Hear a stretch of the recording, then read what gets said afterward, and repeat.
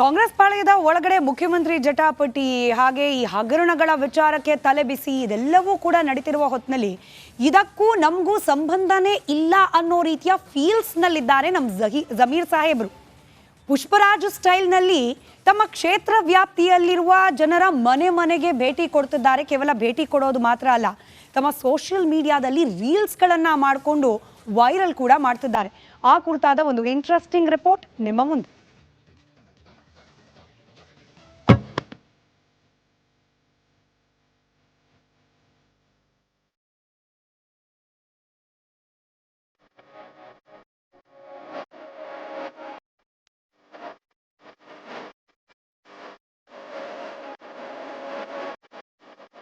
ಅಲೆಲೆಲೆ ನಮ್ಮ ವಸತಿ ಸಚಿವರ ವೈಭವೋಪಿತ ಮನೆ ನೋಡ್ರಪ್ಪ. ಅಬ್ಬಬ್ಬಾ, ಏನ್ ಗುರು ಜಮೀರ್ ಭಾಯ್ ನಡೆಯೋ ಸ್ಟೈಲು. ಅಣ್ಣಂದು ಪುಷ್ಪ ಸಿನಿಮಾದ ಪುಷ್ಪರಾಜ್ ಥರಾನೇ ವಾಕು. ಸರ್ಕಾರಿ ಕಾರ್ ಹತ್ತಿ ಸಿಟಿ ರೌಂಡ್ಸ್ಗೆ ಹೊರಟೆ ಬಿಟ್ರು ನಮ್ ವಸತಿ ಸಚಿವರು.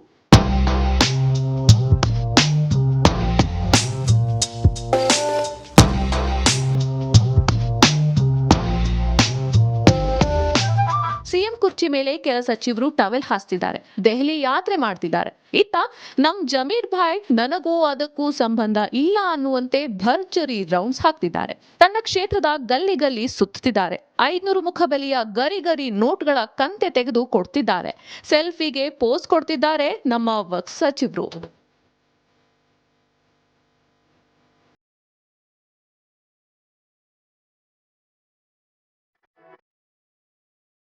ವ್ಯಕ್ತಿಯೊಬ್ಬರ ಪಾರ್ಥಿವ ಶರೀರ ದರ್ಶನ ಪಡೆದ ಜಮೀರಣ್ಣ ಕುಟುಂಬಸ್ಥರಿಗೆ ಹಣದ ಕಂತೆಯನ್ನೇ ಕೊಟ್ಬಿಟ್ರು.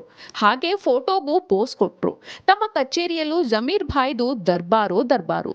ತನ್ನ ಫೋಟೋ ಕ್ಲಿಕ್ಕಿಸಿಕೊಂಡ ಯುವಕನ ಕೈಗೆ ಜೇಬಿನಿಂದ ಗರಿ ಗರಿ ನೋಟನ್ನ ಕೊಟ್ಟೇ ಬಿಟ್ರು ನೋಡಿ.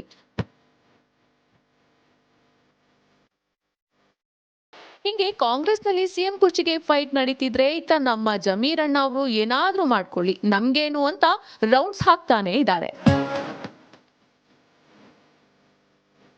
ಮುಖ್ಯಮಂತ್ರಿ ಗದ್ದುಗೆ ಗುದ್ದಾಟದ ಪಾಲಿಟಿಕ್ಸ್ ನಲ್ಲಿ ಇನ್ನೂ ಅದೇನೇನು ರಗಳೆ ಆಗತ್ತೋ ಏನೋ. Bureau report, republic Kannada. Congress ಪಾಳೆಯದ ಒಳಗಡೆ ಮುಖ್ಯಮಂತ್ರಿ ಜಟಾಪಟಿ ಹಾಗೆ ಈ ಹಗರಣಗಳ ವಿಚಾರಕ್ಕೆ ತಲೆಬಿಸಿ ಇದೆಲ್ಲವೂ ಕೂಡ ನಡೀತಿರುವ ಹೊತ್ತಿನಲ್ಲಿ ಇದಕ್ಕೂ ನಮಗೂ ಸಂಬಂಧನೇ ಇಲ್ಲ ಅನ್ನೋ ರೀತಿಯ ಫೀಲ್ಸ್ ನಲ್ಲಿದ್ದಾರೆ ನಮ್ಮ ಜಮೀರ್ ಸಾಹೇಬ್ರು. ಪುಷ್ಪರಾಜ್ ಸ್ಟೈಲ್ನಲ್ಲಿ ತಮ್ಮ ಕ್ಷೇತ್ರ ವ್ಯಾಪ್ತಿಯಲ್ಲಿರುವ ಜನರ ಮನೆ ಮನೆಗೆ ಭೇಟಿ ಕೊಡ್ತಿದ್ದಾರೆ. ಕೇವಲ ಭೇಟಿ ಕೊಡೋದು ಮಾತ್ರ ಅಲ್ಲ, ತಮ್ಮ ಸೋಷಿಯಲ್ ಮೀಡಿಯಾದಲ್ಲಿ ರೀಲ್ಸ್ಗಳನ್ನು ಮಾಡಿಕೊಂಡು ವೈರಲ್ ಕೂಡ ಮಾಡ್ತಿದ್ದಾರೆ. ಆ ಕುರಿತಾದ ಒಂದು ಇಂಟ್ರೆಸ್ಟಿಂಗ್ ರಿಪೋರ್ಟ್ ನಿಮ್ಮ ಮುಂದೆ.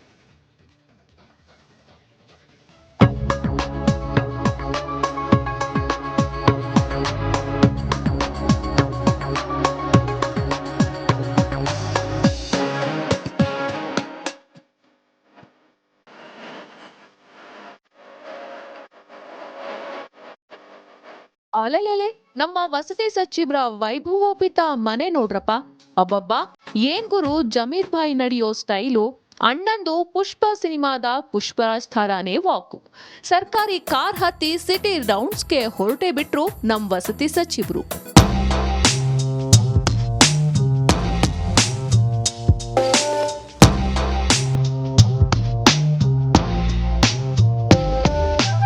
ಸಿಎಂ ಕುರ್ಚಿ ಮೇಲೆ ಕೆಲ ಸಚಿವರು ಟವೆಲ್ ಹಾಸ್ತಿದ್ದಾರೆ, ದೆಹಲಿ ಯಾತ್ರೆ ಮಾಡ್ತಿದ್ದಾರೆ. ಇತ್ತ ನಮ್ ಜಮೀರ್ ಭಾಯ್ ನನಗೂ ಅದಕ್ಕೂ ಸಂಬಂಧ ಇಲ್ಲ ಅನ್ನುವಂತೆ ಭರ್ಜರಿ ರೌಂಡ್ಸ್ ಹಾಕ್ತಿದ್ದಾರೆ. ತನ್ನ ಕ್ಷೇತ್ರದ ಗಲ್ಲಿ ಗಲ್ಲಿ ಸುತ್ತಿದ್ದಾರೆ. 500 ಮುಖಬೆಲೆಯ ಗರಿ ಗರಿ ನೋಟ್ಗಳ ಕಂತೆ ತೆಗೆದು ಕೊಡ್ತಿದ್ದಾರೆ. ಸೆಲ್ಫಿಗೆ ಪೋಸ್ ಕೊಡ್ತಿದ್ದಾರೆ ನಮ್ಮ ವಕ್ಫ್ ಸಚಿವರು.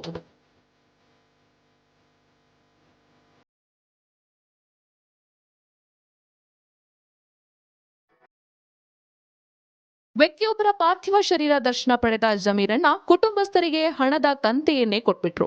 ಹಾಗೆ ಫೋಟೋಗೂ ಪೋಸ್ ಕೊಟ್ರು. ತಮ್ಮ ಕಚೇರಿಯಲ್ಲೂ ಜಮೀರ್ ಭಾಯ್ದು ದರ್ಬಾರು. ತನ್ನ ಫೋಟೋ ಕ್ಲಿಕ್ಕಿಸಿಕೊಂಡ ಯುವಕನ ಕೈಗೆ ಜೇಬಿನಿಂದ ಗರಿ ಗರಿ ನೋಟನ್ನ ಕೊಟ್ಟೇ ಬಿಟ್ರು ನೋಡಿ.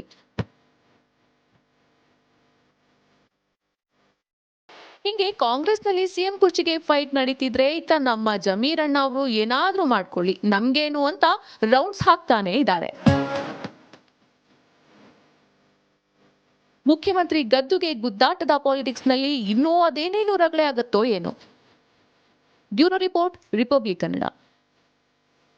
Welcome back. ಇವತ್ತಿನ ಲೋಕಲ್ ಮಾತ್ನಲ್ಲಿ ಮೈಸೂರು ಸುದ್ದಿ. ಮೈಸೂರಿನಲ್ಲಿ ಸಂಸದ ಸ್ಥಾನದಿಂದ ಕೆಳಗಿಳಿದ ಮೇಲೆ, ಅಂದ್ರೆ ಚುನಾವಣೆಯಲ್ಲಿ ಟಿಕೆಟೇ ಸಿಗದಲೆ ಮಾಜಿ ಸಂಸದರಾದ ಮೇಲೆ ಅದ್ಯಾಕೋ ಪ್ರತಾಪ್ ಸಿಂಹ ಅವರು ಸ್ವಪಕ್ಷದವರ ವಿರುದ್ಧವೇ ಪ್ರತಿಯೊಂದು ವಿಚಾರದಲ್ಲೂ ಕೂಡ ತಿರುಗಿ ನಿಲ್ತಿದ್ದಾರಾ ಅನ್ನೋ ಅನುಮಾನ.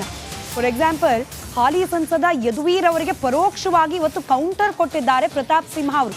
ಯಾವ ವಿಚಾರಕ್ಕೆ? ಚಾಮುಂಡಿ ಬೆಟ್ಟದ ಪ್ರಾಧಿಕಾರ ಸ್ಥಾಪನೆ ವಿಚಾರ. ರಾಜಮನೆತನ ವರ್ಸಸ್ ಸರ್ಕಾರ ಅನ್ನೋ ರೀತಿಯಲ್ಲಾಗಿದೆ. ಇನ್ಫ್ಯಾಕ್ಟ್ ಬಿಜೆಪಿಯವರು ಕಾಂಗ್ರೆಸ್ನ ನಿರ್ಧಾರವನ್ನ ದೂಷಿಸ್ತಿದ್ದಾರೆ, ಟೀಕೆ ಮಾಡ್ತಿದ್ದಾರೆ. ಆದರೆ ಬಿಜೆಪಿಗರೇ ಆಗಿರುವ ಪ್ರತಾಪ್ ಸಿಂಹ ಅವರು ಇಲ್ಲ ಬಿಜೆಪಿ ಅವಧಿಯಲ್ಲೇ ಇಂಥದ್ದೊಂದು ನಿರ್ಧಾರವನ್ನ ಕೈಗೊಳ್ಳೋ ಪ್ರಯತ್ನ ಆಗಿತ್ತು ಅಂತ ಹೇಳೋ ಮೂಲಕ ಹಾಲಿ ಸಂಸದರು ಹಾಗೆ ರಾಜವಂಶಸ್ಥರೂ ಆಗಿರುವ ಯದುವೀರ್ ಅವರಿಗೆ ಟಾಂಗ್ ನೀಡೋ ಪ್ರಯತ್ನ ಮಾಡಿದ್ದಾರೆ. ಮಾನ್ಯ ಸಿದ್ದರಾಮಯ್ಯ ಸಾಹೇಬ್ರನ್ನ ನಾನು ಕೆಲವೊಂದು ಸೈದ್ಧಾಂತಿಕ ವಿಚಾರಗಳು ಬಂದಾಗ ಅವರ ಕೆಲವು ನಿಲುವುಗಳನ್ನು ವಿರೋಧಿಸ್ತೀನಿ. ಆದರೆ ಚಾಮುಂಡಿ ಬೆಟ್ಟ ಏನಿದೆ ಅದರಲ್ಲಿ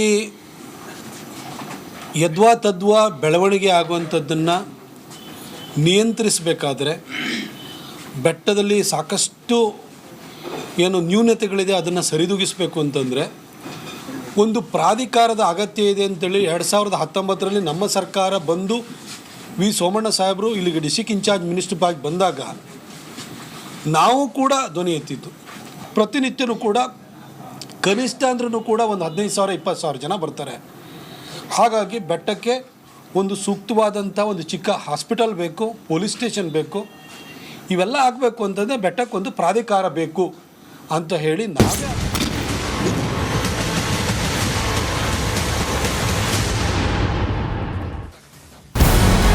ನಮಸ್ಕಾರ.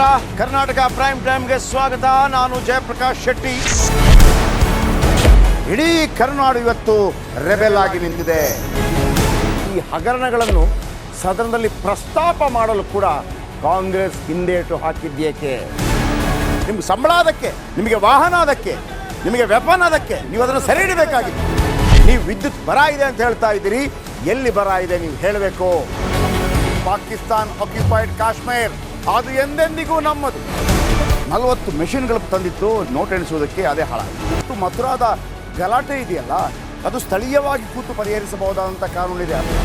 ಗ್ಯಾರಂಟಿ ಯೋಜನೆಯಿಂದ ನಷ್ಟ ಆಗಿದೆ, ಲಾಭ ಆಗಿದೆ, ದಯವಿಟ್ಟು ಹೇಳಿ. Dawood Ibrahim most wanted criminal ಯಾವಾಗಾದ ಅಂದರೆ ಇಲ್ಲಿ ತನಕ ಭಾರತ ದೇಶದಲ್ಲಿ ಓರ್ವ ದಲಿತ ಪ್ರಧಾನಿಯಾದಂಥ ಇತಿಹಾಸವೇ ಇಲ್ಲ. ರಿಪಬ್ಲಿಕ್ ವರ್ಲ್ಡ್ ಆಪ್ ಇದು ಕೇವಲ ಅಪ್ಲಿಕೇಶನ್ ಅಲ್ಲ, ಸಮಗ್ರ ಸುದ್ದಿಗಳ ಸಂಪರ್ಕ ಮಾರ್ಗಕ್ಕೆ ಕ್ರಾಂತಿಕಾರಿ ಬದಲಾವಣೆ. ರಿಪಬ್ಲಿಕ್ ವರ್ಲ್ಡ್ ಆಪ್ ಕೇವಲ ಸುದ್ದಿ ಅಪ್ಲಿಕೇಶನ್ ಅನ್ನ ಪರಿಚಯ ಮಾಡ್ತಾ ಇಲ್ಲ, ಬದಲಾಗಿ ಡಿಜಿಟಲ್ ಸುದ್ದಿ ಬಳಕೆಯ ಹೊಸ ಯುಗಕ್ಕೆ ನಾಂದಿ ಹಾಡ್ತಾ ಇದೆ. ಇದೊಂದು ಬ್ರೇಕಿಂಗ್ ನ್ಯೂಸ್, ಪ್ರಭಾವಶಾಲಿ ಕಾರ್ಯಕ್ರಮಗಳಿಗೆ ಗಟ್ಟಿಯಾದ ವೇದಿಕೆ. ರಿಪಬ್ಲಿಕ್ ವರ್ಲ್ಡ್ ಅಪ್ಲಿಕೇಶನ್ ಈಗ ಲೈವ್ ಆಗಿದೆ. ಗೂಗಲ್ ಪ್ಲೇ ಸ್ಟೋರ್ ಮತ್ತು ಆಪಲ್ ಆಪ್ ಸ್ಟೋರ್ ಎರಡರಲ್ಲೂ ಲಭ್ಯವಿದೆ. ಈಗಲೇ ಡೌನ್ಲೋಡ್ ಮಾಡಿ.